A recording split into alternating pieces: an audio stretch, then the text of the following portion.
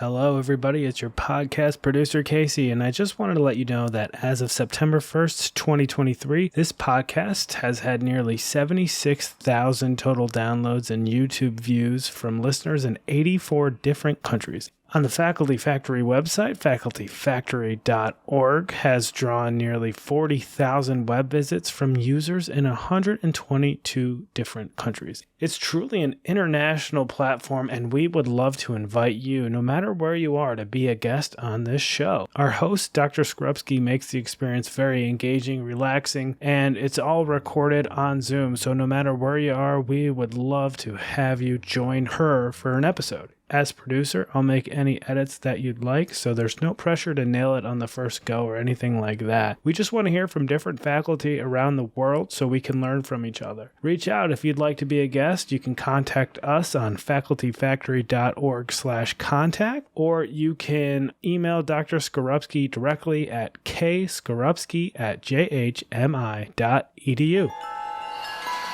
Hi, everybody. Welcome back to the Faculty Factory podcast. It's Kim Skarupski here at Hopkins, and I'm looking at my colleague and friend, Kathy Forbush. Hi, Kathy. Hi, Kim. It's always good to see you, even if it's just on Zoom. I'd rather it was in person, but this is our... I know. Hey, everybody. Kathy Forbush, super cool. MBA and MS. She is our Executive Director for Human Resources Talent Management right here at Johns Hopkins University. And in this role, she's responsible for leading the learning and organization development functions for the entire university. Kathy has spent over 20 years working in HR, learning and organization development roles with clients of various functional disciplines in diverse organizations and industries. Now, off script here, Kathy has worked with hundreds, if not probably now thousands of faculty members in schools of medicine, in our School of Medicine. She has designed leadership courses, most recently with our former Senior Associate Dean for Women, Dr. Barbara Forbush, was the director of OWISM, the Office of Women in Science and Medicine here at Hopkins. And Kathy designed the Mary Elizabeth Garrett, the MEG, Executive Leadership Program for Women.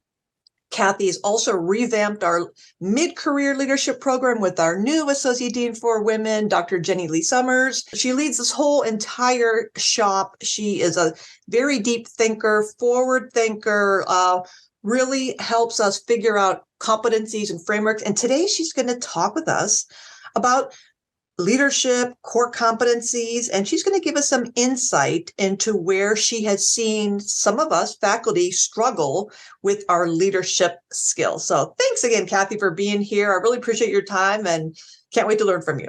Well, thanks, Kim. I'm really honored to be asked to do this and happy to share what my experience at Hopkins and elsewhere has been helpful for others. Well, I talked prior, in a prior episode about our JHM Leadership Competencies Toolkit. And if you don't know this episode, folks, you'll have to look at it on the Faculty Factory website.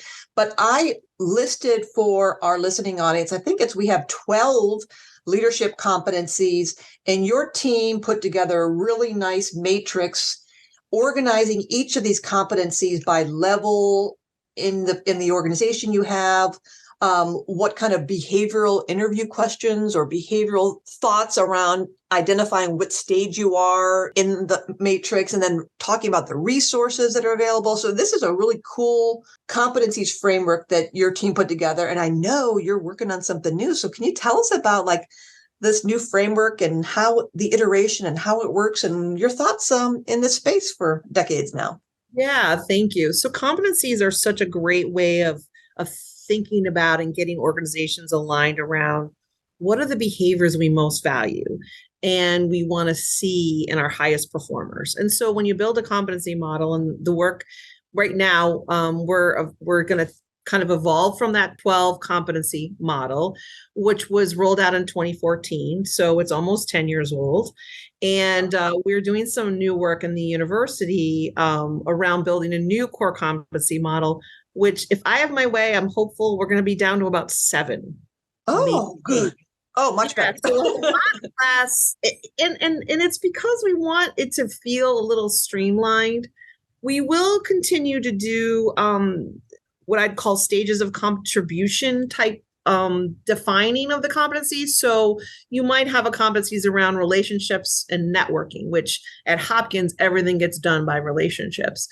But what we will still do is we'll define the behaviors that are most frequently seen in what we'd call an operational contributor. So someone who's kind of more on the front lines early in their career, kind of junior level roles, to the individual contributor, to management and leadership. And in each one, we'll have defined behaviors of what we expect to see in that competency around relationships and networking. I'm not saying that's going to be one of them. I suspect it will be.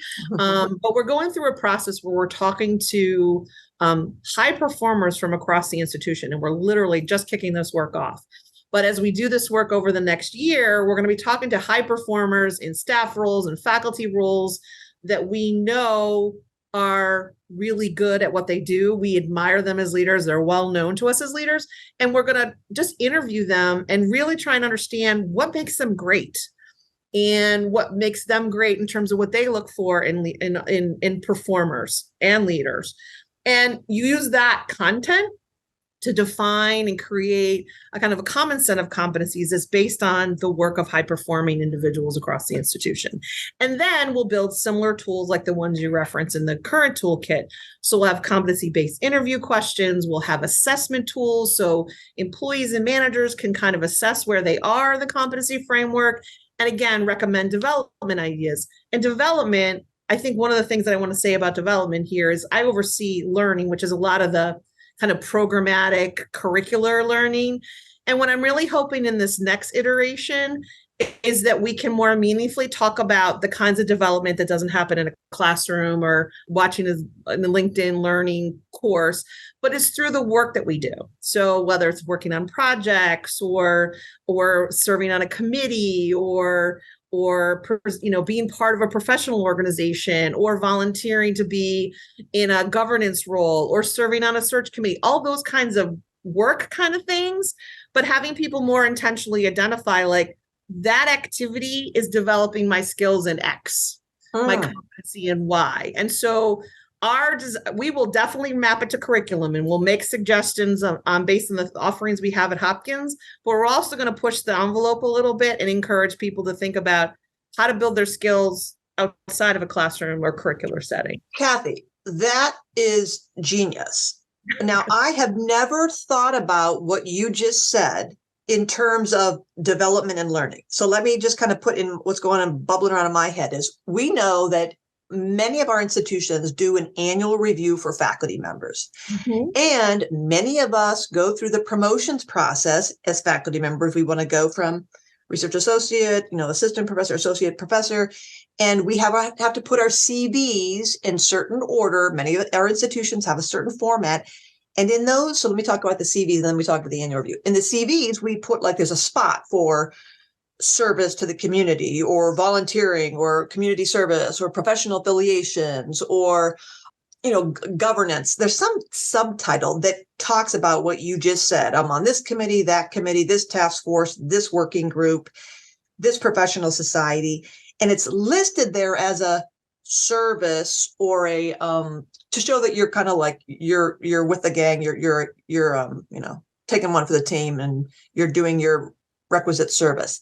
Then in the annual review process of being a faculty member, we sit down and document how many RVUs we're generating, how many grants we're getting, how many papers we're writing. And oh, by the way, I'm on the blah, blah, blah, blah, blah committees and this work group and that task force. But it's now, and again, I'm just being ignorant here. So there may be somebody listening right now going, will you do this? But to my knowledge, it's always just been a listing mechanism of the stuff I'm doing.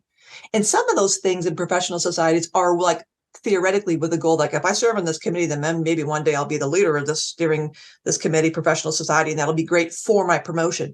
But I've never heard this component of being a faculty life being thought of as a developmental or learning opportunity. And sure. This is the genius of this, that we can now more thoughtfully weave this component of us into development and part of its value added. And how do we value that? And how do we put that in our individual development plans and think about that as, Well, actually, now that you think about it, I have learned a lot about building relationships and handling conflict and staying organized. So all those things that we learn about that we never really think about. Oh my gosh, I'm so excited, Kathy. This is Yeah. so smart. All right, I'm gonna shut up. Keep talking. Go. No, you're keen on a really good thing. And I think that this is common. This is true of both employees and managers. So the managers were always like, I don't know how to help so-and-so get better at blah, blah, blah. And I often say to managers, well, have you ever thought about like giving them like being intentional and saying, I am giving you this assignment because I want you to develop this skill. And we're going to talk about it in our one-on-ones. Same thing with faculty development is I would encourage faculty to be judicious in the stuff they sign up for. You know, we talk a little bit about, particularly in the women's leadership program, around overextending and saying yes to too many things. And Barbara Fivish would always say, like, only pick the stuff that's going to help you. So to build on this idea, when you're thinking about serving on a committee, whether internally in your institution or for your professional organization, ask yourself before you say yes, what skill do I have the opportunity to develop? What experience can I possibly have? And then when you're writing your annual self-assessment for your supervisor, and this is also true of staff, not just faculty, right? Reflect on, I got the opportunity to build this skill or work or observe.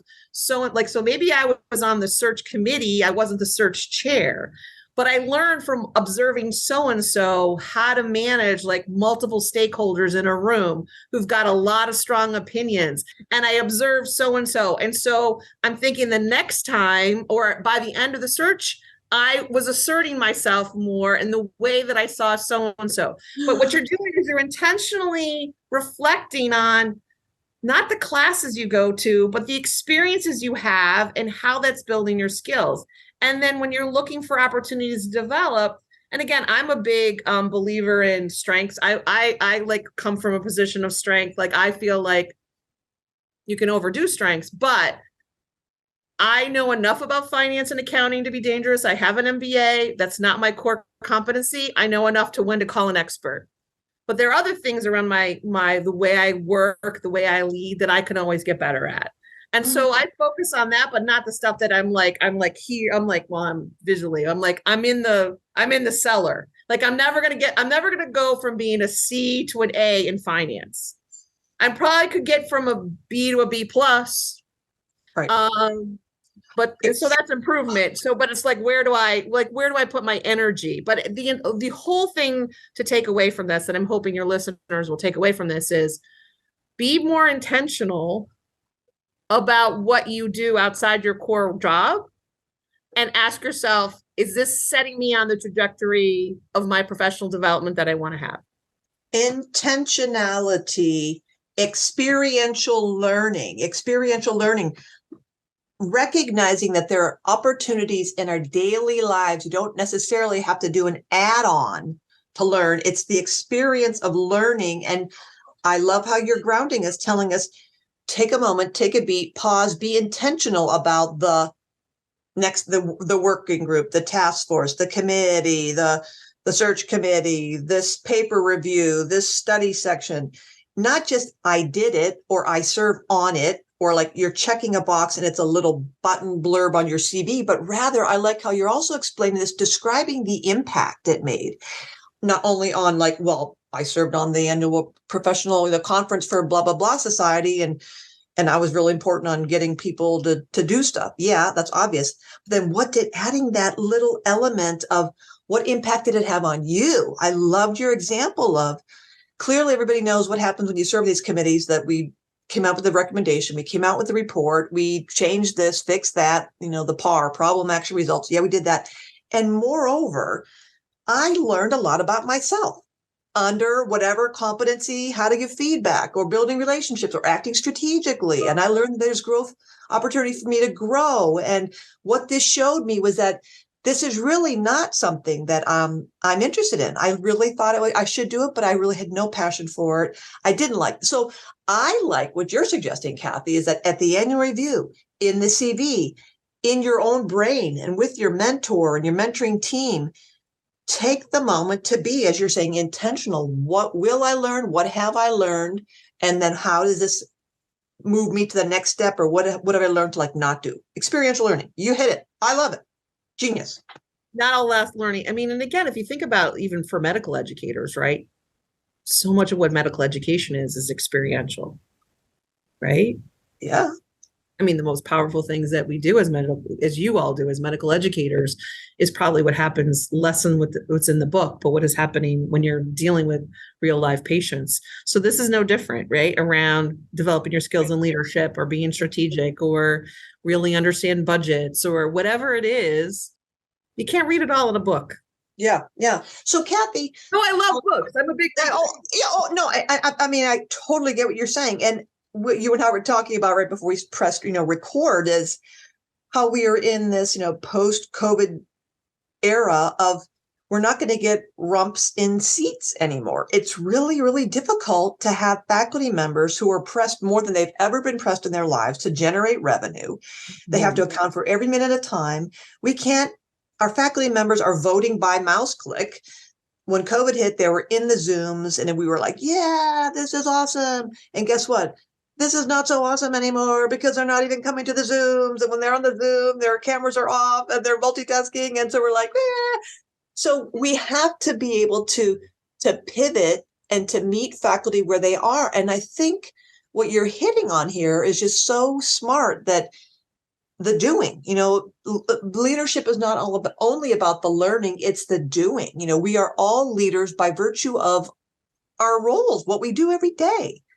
So take the moment to look for opportunities of things that we, really bad at. And I don't want to invest any time in that, or I have to do that stuff, but I'm not going to invest any more heartache in learning it, because it's clearly not my forte to do statistics. So infrequently as I do that, it's not worth it. And then I just get frustrated. So I'm going to have a statistician. Right. So that kind of thinking about, I have to give feedback, but I've learned that, when I'm in the grip, or when I'm tense, or it's after a procedure, this is not the time for me to give feedback because I'm exhausted or whatever, like that awareness. So I just think this is like when you're at when are you at your best to do those kinds of things? So here's the thing, like, one of the things that I once heard Rhonda Miller, who's our president of our hospital, main hospital here at Hopkins, say, one of the things that she had a clinical expertise. And as she moved through leadership, one of the most important things that she learned was to really value expertise in others, but know enough to ask the right questions, that she doesn't have to be the finance expert or the budget expert. She has to have people that she trusts doing that work for her, but she needs to know enough to look at it and ask really thoughtful questions. She doesn't have to know it as well as that budget person, but she needs to know enough to like say, that number looks weird, or why is that trending that way? Or, and be confident that that person, what they're telling you makes sense. And so one of the things that I think leaders struggle with is having to be experts in everything. And I find in my work, particularly with faculty who are physicians, is that you develop this very deep expertise in an area, deep, like deep. And what you struggle with is some of the more kind of fundamental human interaction things that you need to do every day, right? And not everybody is like on a table under anesthesia, right? Yeah. If only that were the case, the world would be so much simpler. Yeah. People could be anesthetized. Right. If everyone is anesthetized, then they would all do what I want. But that's not the case, right? So you do have that tech in the OR, or that nurse, or you do have that person scheduling your patients and checking in your patients, and who's maybe agreed to like squeeze one more patient in because they felt bad talking to that. And you're like annoyed, but that person who feels pretty powerless in the big scheme of things, particularly compared to you, and feels compassion for that patient, might squeeze that patient in. And so you might get super frustrated and angry. And, sometimes our staff feel really powerless to say no. They feel powerless to say no to you. They feel powerless to say no to the patient. And so when you get really mad at them, they feel demoralized and that impacts their engagement. And, and so do they stay here long term? Because like, who wants to be treated like that? Right. And so like understanding like what triggers you and being intentional and being like, you know what? Maybe I need to go take a walk, take a breath, open my window. I don't know if you can open all the windows at Hopkins, but you know what I mean? Like get some fresh air. Right. Well, I think, you said earlier makes so much sense to me, Kathy, and that is knowing your strengths. And like there's a tool, the Clifton Strengths Inventory. Yeah, that's what I'm talking about. It's everybody, it would like know everybody else's strengths. So that's part, I think, of your approach and your team is trying to bring us to this next level of awareness of all of our strengths so that we can have great teams, so that we would know that I want that empathetic staff person to be the front-facing person in my clinic. Why? Because she sees the patients, she sees the pain in their eyes or the fear or the anger, and that's the person we do want. So celebrating that, amplifying that, and making sure that we're like, we need you. And back behind in the operating room in the surgical bay, this is what happens back there. When another patient is squished in, that puts a domino effect on everybody else. Then this, nurse can't get to her kids to pick her kids up. And then they're charged extra at the daycare. I mean, just kind of making sure that everybody in the team is like 5-go team and understands the roles. But that takes time, Kathy. It takes time. It does, but it also but setting context is so important, right? Because most employees, the vast majority of employees, want to do well. Yes, they want to please you. They want to please, the organization. They don't want to worry about getting fired, but they also don't want to get yelled at. But a lot of times we assume because we're so smart and we're so busy. Well, of course they know. Of course they understand the impact of that decision on everybody else. No, they don't. I love it. Assumptions. They're like right in front of them. But your job is to calmly explain. Like, so I just want to help you. Like, tell me, like, why you squeeze that person in. So ask a question. Okay. Don't automatically get really mad. Like, why did you squeeze that person in? Like, just say, I'm just curious because that had an impact on my schedule. Why did you squeeze that person in? There may be insight from what they share with you, which may change your response. Don't assume you know why, right? Or maybe they say, you know what, that person reminded me of my aunt or that just died. And that, and she wore the same color or had the same pin or whatever. And I just felt so compelled. And then you go into, I'm like, I totally and appreciate the thought behind it, the intention, and just say, here's the thing. I totally appreciate your intention to help that patient. I just wanted you to understand like the impact of how that impacted me and others in the operation. So while you may have had a really great human instinct, I just want you to understand the impact that had on everybody else. Does that make sense? And then you ask, so then you're like, so in the future, let's talk about when you're confronted by something like that, how might you respond differently so that you don't impact. That sounds like a way gentler conversation than, I can't believe what an idiot you are for scheduling that person. Don't you know how busy I am? I'm very important. Dr. So-and-so, right? It's just going to feel different. And again, you're right. It takes more time, but in the long term, you may not have to have like that. If you're angry, you're going to have that question. You're going to have that conversation multiple times. If you kind of are a classic conflict avoider and you're like, ugh, and you're the faculty. So I'm the faculty member and I'm like, ugh, she did it again. And I'm going to let that stew. I'm going to have that conversation about 50 times in my head anyway. So why not put it out of my face instead of in my head? And so, because otherwise, it takes too long. But how long are you going to ruminate and think about that and let that build? And you're right. The assumptions are so important that we're like, well, duh. Well, it's a duh to you because you're in the back, you're behind the curtain. You see what goes on back there. She may not, or he may not be aware of all the pieces of the puzzle. This person may be that they got the front stage. They got the audience seats. They have no idea what's going back there. So I like how you're saying, let me tell you how this, what happens when this happens, then this, then this, then this, and this. Now you're making me think of this. At lunch today, I ran over to Target because a friend of mine on my pickleball league had a baby. So I'm buying some stuff, and I'm standing there and I'm listening to this one cashier say, I didn't get out of here until 10:30 last night. And his colleague's like, why not? You're supposed to be out here at 9:30. Well, because I was trying to get out, but I saw somebody with a couple items. And so I went over to register, whatever. I opened it up to check this person out. And before you know it, there were like 4 or 5 people in my line. And then I'm like, well, just a couple items. And every time I looked up, there were more people. And it, kind of spiraled out of control there. And I don't know why I'm telling this story specifically, but it's the whole idea of she or he, the front facing person, was just like, well, you're at the cash register already. What's the big deal? I mean, you're at the operating table already. You got the scalpel in your hand. What's the big deal? Just want some more. Well, the long-term downstream effects were this poor kid didn't get out. He got out an hour late. There was something, the manager got mad because it put him over something. It maybe sets a bad precedent. And the woman's like, well, why don't you just put your sign up or tell people I'm closed?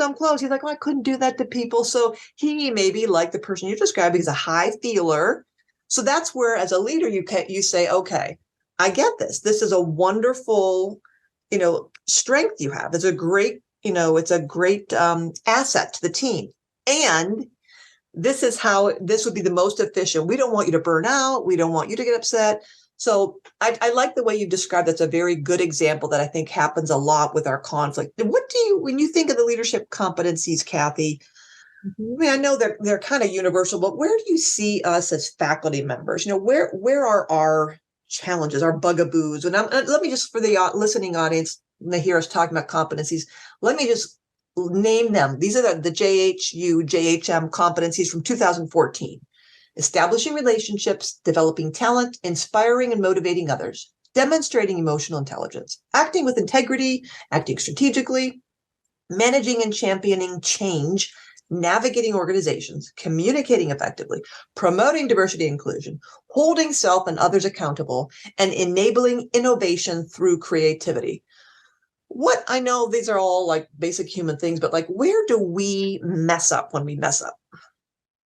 I think one of the biggest ones is developing self and others, and less on the developing self. Like, I think most faculty, particularly if they're on a tenure track, have very clear, like, they know what the brass ring is and they're pursuing it, and they know the process and they know what they have to do to get there.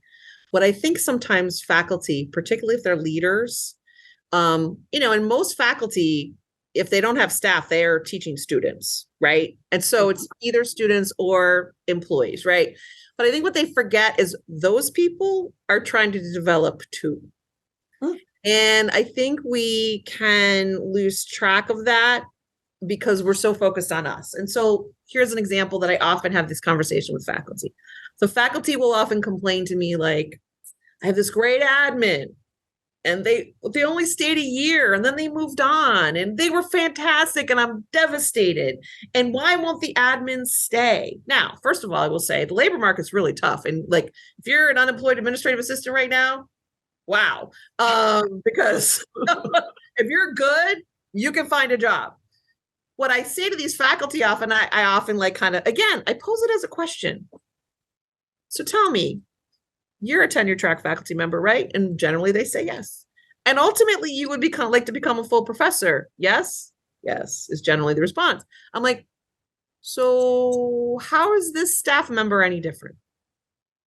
The staff member is a person who wants to professionally progress. They want to make more money. They want to get titles. They want to feel like they're making a contribution and taking care of their family. They're no different than you. And I would say, what we know about this place at Hopkins in particular is everything's on relationships.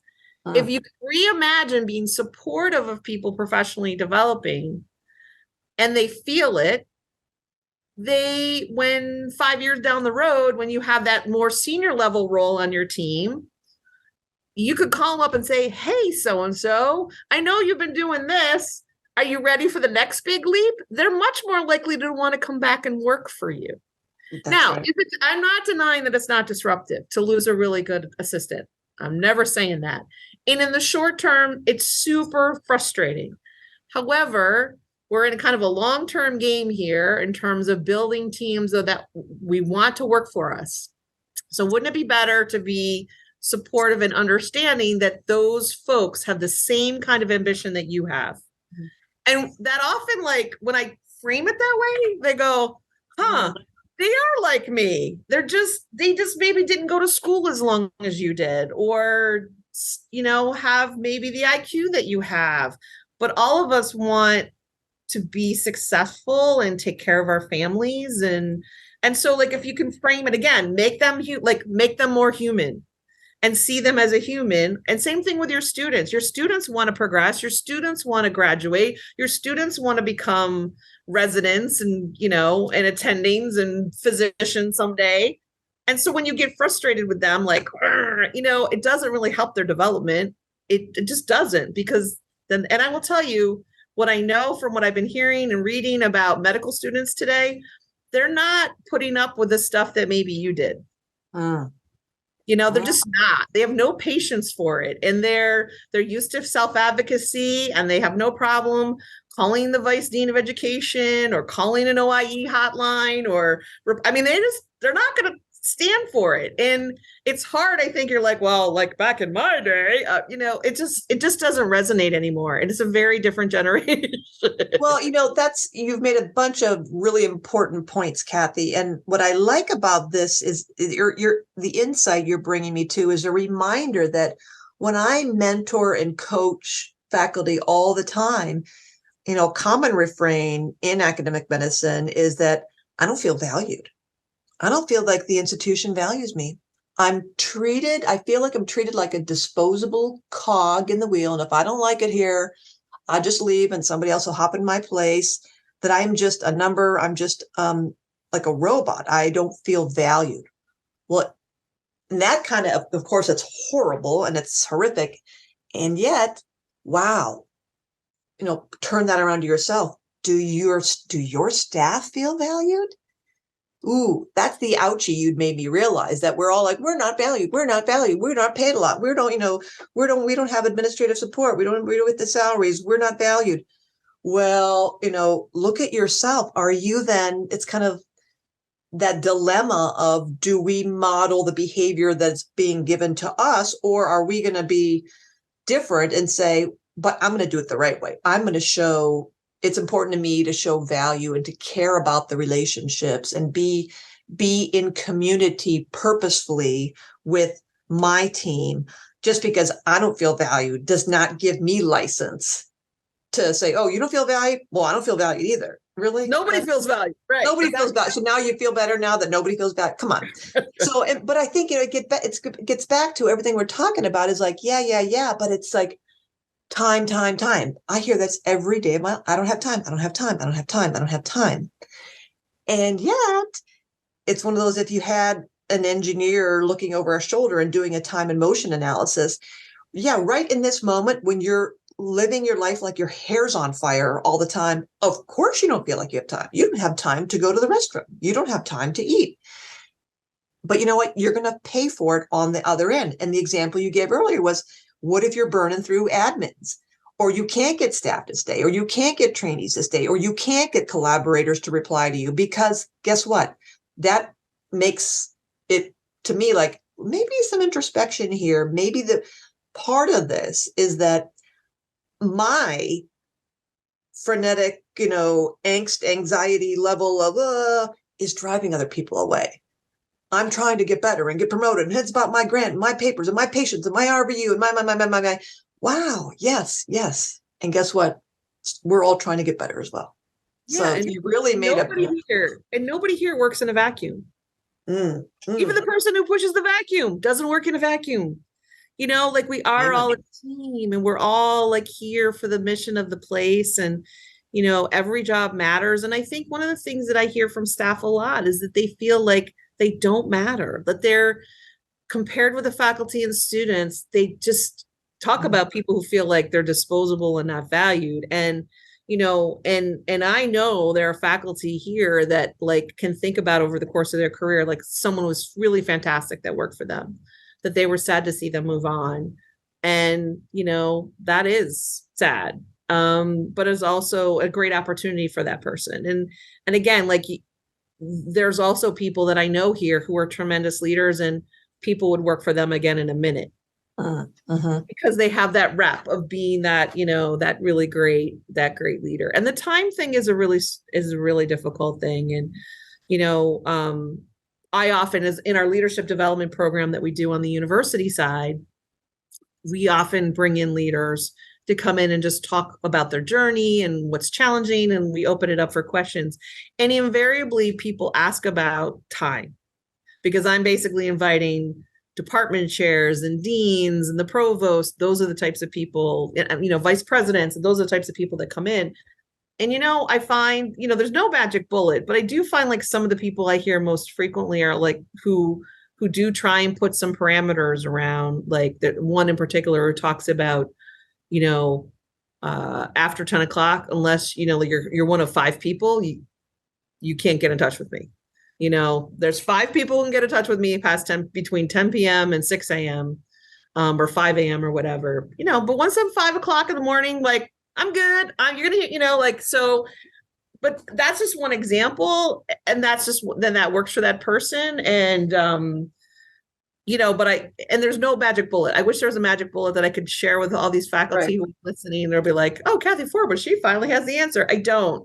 But I do, what you were talking about is like, if you're spending a lot of energy getting angry and spending a lot of time as you're driving home thinking about how angry you are at that person who didn't do what you wanted them to do because they left or they scheduled that extra patient, you are consuming energy that, if you had that one conversation, right. That, I'm not saying it would never happen again, but it's probably less likely if you had a nice conversation versus just yell at them, because likely they're going to do it to you again. Yeah. Because they feel that same pressure. And Kathy, you're also making me, think, just being a little humble is that I think many times we think because we are such in academic medicine and faculty members, we're overachieving, got to get more degrees and credentials, and we're these, great A+ students. Well, I can't do this until I, as you mentioned earlier, read a book, get a certification, read a bunch of articles, go on a retreat, go to boot camp, learn how to do this, take 15 leadership courses. And you know what? Yeah. And also just slow down and be a human. I can envision myself, because I just taught, Dave Yusa, my buddy, and I, our Dean for Professional Development, we just taught yesterday in the Junior Faculty Leadership Series, conflict management and mediation. And, there's Crucial Conversations book, there's a Difficult Conversations book, there's emotional intelligence, there's all these things and frameworks. And yeah, you can study these things and you can memorize them, and you can have little index cards in your pocket or a little app you could pull up to remember, oh, here comes Kim Skarupski. I wanted to mention to her that I'm having a problem with her. Which approach should I use? And you can pull out your cheat sheet. You can do all that. You can memorize this stuff. Or you can just be, like you're saying, be a human being and just say, hey, Kathy, I know that I was a little bit short with you the other time of the meeting. I took a class last week on conflict management. I'm trying to absorb it all. I really haven't had time, but I know I messed up somehow. I'd love to schedule some time with you, just kind of figure it out. I'm trying to be better.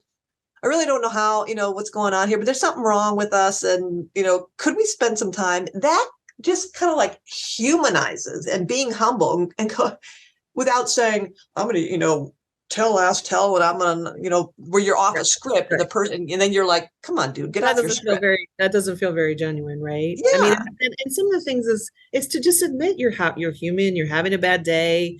I had a recent situation where one of the folks who works for me, who I have a ton of respect for, has been working really hard on a project and was presenting to a larger group of people. And I trust this person implicitly, but there was a piece of it that I hadn't seen in advance. And I had a visceral reaction to, and I kind of reacted in the meeting in front of all these people. And what I said, but I realized in the moment, like, that this was probably awkward for this person, because everyone probably was like, has she not reviewed this in advance? And so I said in the middle, by the end of the meeting, I'm like, it's in retrospect, I haven't we didn't have the opportunity to review this, and I'm just reacting to it by seeing it for the first time. And I realize it appears that we're not aligned and we're going to work offline, but I want to own that this is on me, that I'm just reacting because I'm seeing it for the first time. And I think because I wanted that person to know that they're still valued, that I value that their work and that was very thoughtful. I didn't agree with some of the things that they were proposing, and we had a conversation about it. And then again, when we were private, I apologized. I said, I apologize that I made it look like I didn't have your back, or that we weren't that we hadn't done the work. And if that made you feel awkward in front of your peers and colleagues, I apologize for that. So sometimes it's just being willing, like we're not always going to be perfect. I mean, like I teach this stuff for a living and I'm not always best at it, but I think being willing to say, I screwed up and I'm sorry. And, so we had a really good conversation after that. And the person said, in retrospect, I probably should have anticipated, knowing you for 8 years, that you would probably have a reaction to that. And so again, it was like, no harm, no foul. We're good. But I think, we both learned from that experience, and like, how do we move forward really productively? Yeah. But you've clearly built the relationship about making it safe. So that's what I like about, the principles when we teach leadership. If you start, with the authenticity that, we are humans. We're not infallible, perfect, fill in the blanks. We're all going to mess up. Right. And so starting from that ground floor of just, I'm being authentic. Some days I'm firing on all pistons and I'm rocking and rolling. And other days I'm just fritzed out and I'm going to mess up. And it's safe for you to call me out. I'll call you out. Let's work together, because at the essence of this, we care about each other.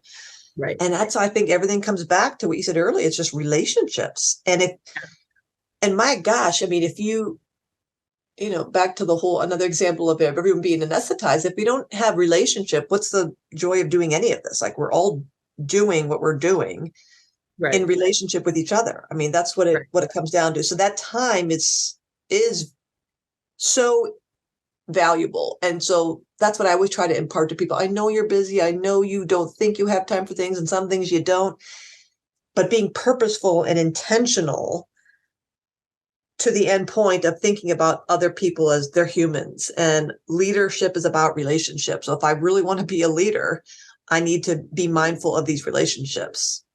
Yeah. And I think part of it is being curious, right? So in your humanity is about being curious about the other person. And so sometimes it's around, so one of the things I always teach around feedback, like the best feedback is a series of questions, and not like machine gun kinds of questions, but like conversational questions. Like, so tell me a little bit about how you approached X. Like, what went into the thinking around that? Not what went into the thinking around that. So tone really matters. And you're kind of like, you're casual, like even in your body language, you're saying, you're kind of like, I'm really curious, and really genuinely be curious. So walk me through kind of how you did that and why, and ask questions, because it is in the responding to the questions you will get insight. Because you probably go into most conversations with assumptions around, why did so-and-so do that? Why did my trainee do that? Or why did my student, or why did my staff member, or why did my spouse or my child? But we'll put those over to the side. But you have assumptions. But if you ask really good questions, people will respond to you if there's trust. Eventually they'll be like, you know what? I didn't even think about that. Or, well, I was thinking this. And you're like, exactly. Well, thought about that, like even to that example around that scheduling example. Like, so tell me about like what went into that decision making. Yeah. And then have you thought about X? And then position, like, how do we talk about how to avoid this in the future? So if you're confronted with a really emotional patient, I can totally imagine how difficult that would be. So what are some strategies we can talk about around how to respond to that in the moment that is authentic to who you are as a human? Is good for the patient-doctor relations or office relations, but also doesn't have a huge negative impact on the team. Mm-hmm. Let's work together on that. And so that seems like but you have to be curious enough and want to put the time in to ask the questions to find out the why behind the motivation, or by the why behind their intention. So if we could all get so my one piece of advice for leaders, and I say this all the time, if we could all just get better at asking questions and making declarative statements, we'd all be better leaders. If we could all get better at asking curious questions. Yeah. We make so many assumptions and tell ourselves so many stories. So before you go down the route of, well, that I'm all and she's all and he goes and I'm she and then she, before we go down the path, the dark path of stories, just stop it, like nip in the bud, ask some questions, because we've all kind of told ourselves these stories, right? About the intentions that they probably had. And it could be, I've kind of been loaded for bear, like, all right, it's going to go down. She's going to say this and I'm going to say that. And she's going to go here and I'm going to go there. And then I'll say, la, la, la, la. And she'll go 1, 2, 3. And I'll go, oh, yes. Okay. Didn't think about that. Never mind. Yeah, never mind. And we do. I mean, that's part of the human condition to make those assumptions. Again, it's that survival instinct that we all do. Right. It's why we have bias, right? It's the same reason we have bias. We all have as humans. It's that survival instinct to assess situations and make judgments about situations. Right. This is the same. Like when you're reacting in a stressful situation, you're just trying to make sense of it so you can move through it. Right. But if you can stop, again, if it's urgent, you got to just deal with it. But like if you can soon after have a constructive conversation where you're just asking really thoughtful, curious questions in a lighthearted tone, light, in terms of volume, you're going to get to a better place. I'm telling you, you're going to get to a far better place. You heard it from the pro, folks. Kathy Forbush, Johns Hopkins. Kathy, this has been wonderful. Thank you. I've learned so much from you.